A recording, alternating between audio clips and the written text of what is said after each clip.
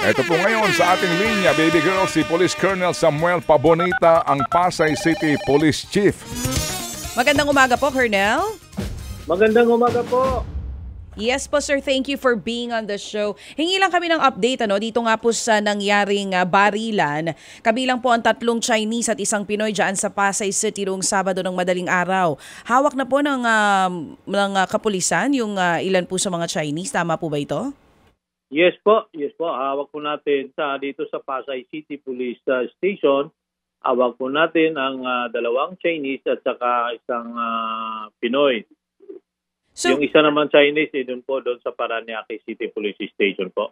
Doon po nahuli yung 1 Chinese. So yung 2 Chinese, hawak po ng Pasay City and then yung isa nasa Parañaque. Sir, ano exactly yung nangyari noong Sabado?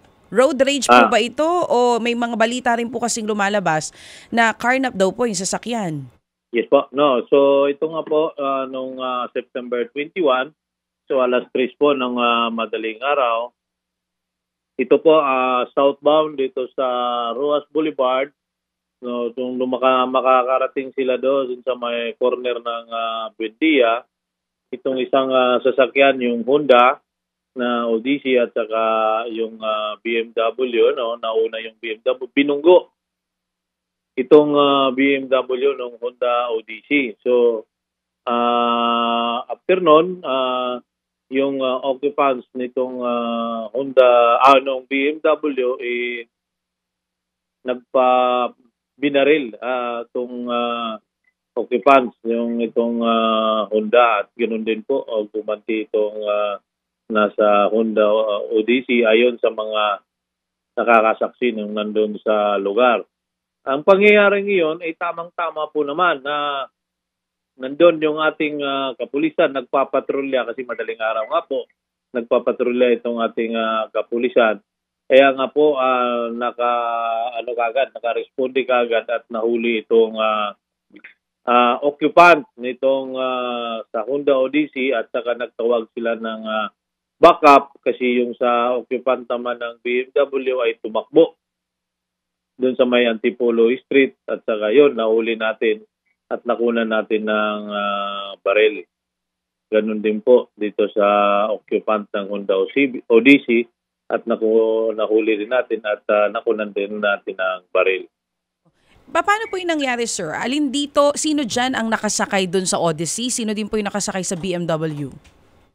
Yan po, yung nakasakay sa Honda Odyssey, yun si yung isang Chinese national at saka yung isang Pilipino na security itong Chinese. May bodyguard yung Chinese. Opo, yung nakasakay doon sa Honda Odyssey, may bodyguard. Anong pangalan ng bodyguard niya, sir? Yung bodyguard is si Redentor Nubal. Ito yun, trabaho naman niya ay talaga namang protective agent. Yung trabaho niya. Protective agent. So meron siyang agency. Opo. Sige, yung bang baril na na-recover dito, ang report nga po ay naka-recover ng isang 9mm na Tara at isang 9mm din po na Girsan. Opo. Meron ba mga lisensya ito? Itong Girsan, 9mm na Girsan, nakarehistro ito doon sa protective agent nga kay Redentor Nubal, yung sakay nung Honda Odyssey. Saka yung Tara naman, base doon sa pag-verify namin sa ating EPO, yung Tara ay nakaregister sa isang businessman na taga Silang, Cavite. Base doon at expired na rin nung 2017 pa na expired yung registration ng baril ngayon. Ano trabaho nitong ang binabantayan ni Redentor, itong Xiaolei? Yeah, this is Xiaolei. Oo, sige. Anong trabaho ni Xiaolei para siya mag-merit ng bodyguard? Tinatanong namin kasi sa ating investigation, hindi naman din nagsasabi kung anong trabaho niya. Hindi na binabanggit kung anong trabaho niya. Ano naman ang sabi ni Redentor kung bakit siya ang bodyguard nito?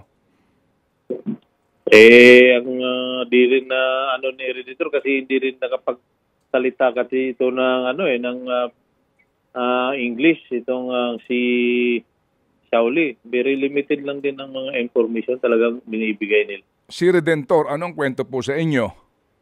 Ito nga ang kwento ni Redentor kasi nga ito si Redentor according to him nakaupo siya doon sa bandang likuran. So, Hindi po. Ano ang dahilan niya kung bakit siya bodyguard ni Shaolei? Gaano kaimportante itong taong ito na meron di bodyguard pa na may baril? Yun lang naman pag siya ng kanyang agency. Anong kanyang agency, Colonel?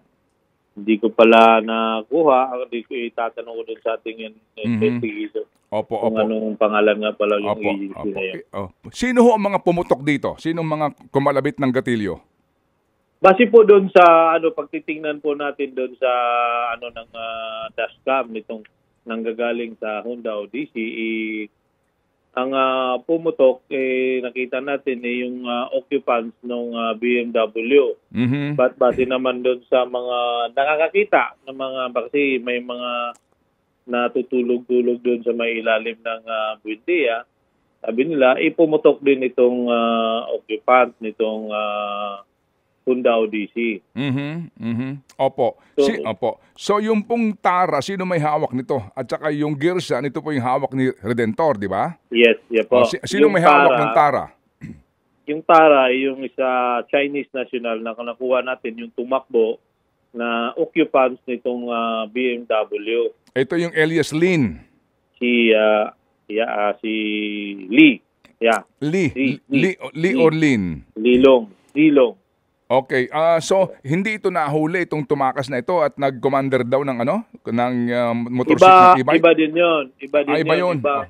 Iba din 'yon. Yung isa niyang kasama, nakuha pa ng agaw ng e-bike, tinutukan, then sinakyan ng e-bike going to Parañaque area. So, buti naman at na-intercept ng ating Parañaque City Police doon sa may bandang Okada. Nakunan din ng barel. Nahuli si Lin. Iya, opo, nahuli din po. Sige, ano naman ang kwento nitong si Lin? Ano trabaho nito? Ba't siya may barel? Yun po, sa Parañaque po kasi yung Okay. Sa Parañaque po kasi yung tao na namin sige. So doon ang kanyang jurisdiction sa kanyang kaso. Opo. Nasaan ito ngayong mga hawak nyo at sila ba'y na-inquest na po? Ano mga kaso nito? Ayun po, na-inquest na po natin kahapon ng alarm scandal, yung violation doon sa ating batas doon sa baril, yung 10591, RA 10591. At yung din po, makakaso rin tayo ng reckless imprudence resulting to damage to property. Kasi po, meron din po silang nasagi na yung motorista natin dito sa banda ng malapit din doon. Okay. Nasagi na swerte naman at gas-gas lang ang sinamo nitong ating rider. Okay. At saka meron din tayong kinasong karnaping dun nga sa pag-agaw ng e-bike. And also may lumutang dito na ito palang BMW reported na kinarnap pala itong BMW noong September 9. Doon naman sa Makati yung pangyayaring iyon na may flash alarm. So tiningnan nga ng investigador ng Makati City Police Station at positive yung engine number at saka yung plate number nagmamatch doon sa description ng kotse, yung BMW. Okay. So ngayon po, ilang Chinese ang hawak nyo? Dito sa Pasay City, 2 Chinese at saka isang Pinoy po. Okay, sige. Itong 2 Chinese na ito, ano ang immigration documents nito? Wala pong pinapakitang immigration document. Yung mga ID lang yun. Opo. Ano mga ID nila?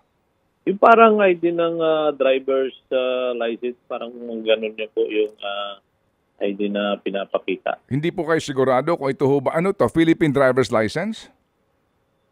Opo, yung Okay.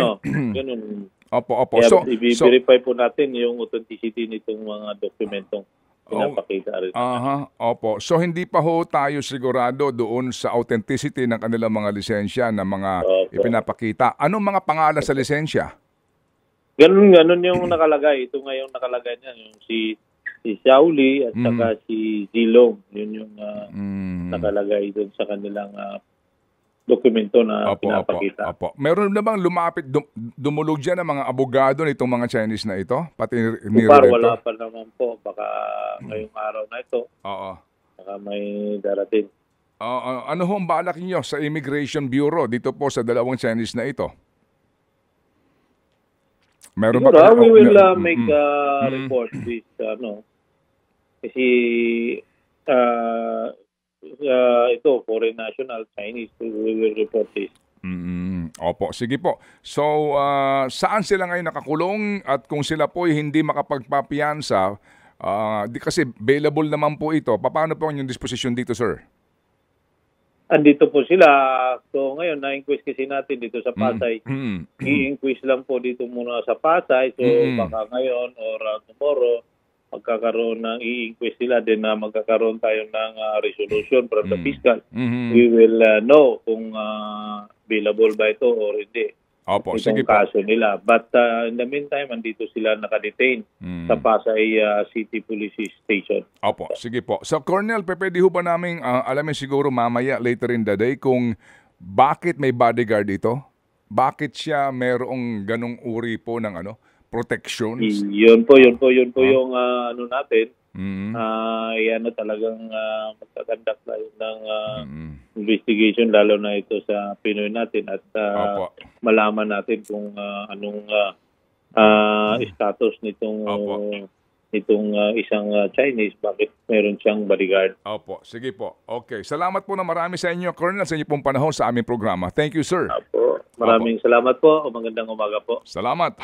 Ted Filon at DJ Chacha. Ngayon, nasa Radyo 5, 92.3 News FM. Monday to Friday, 6 to 10 a.m.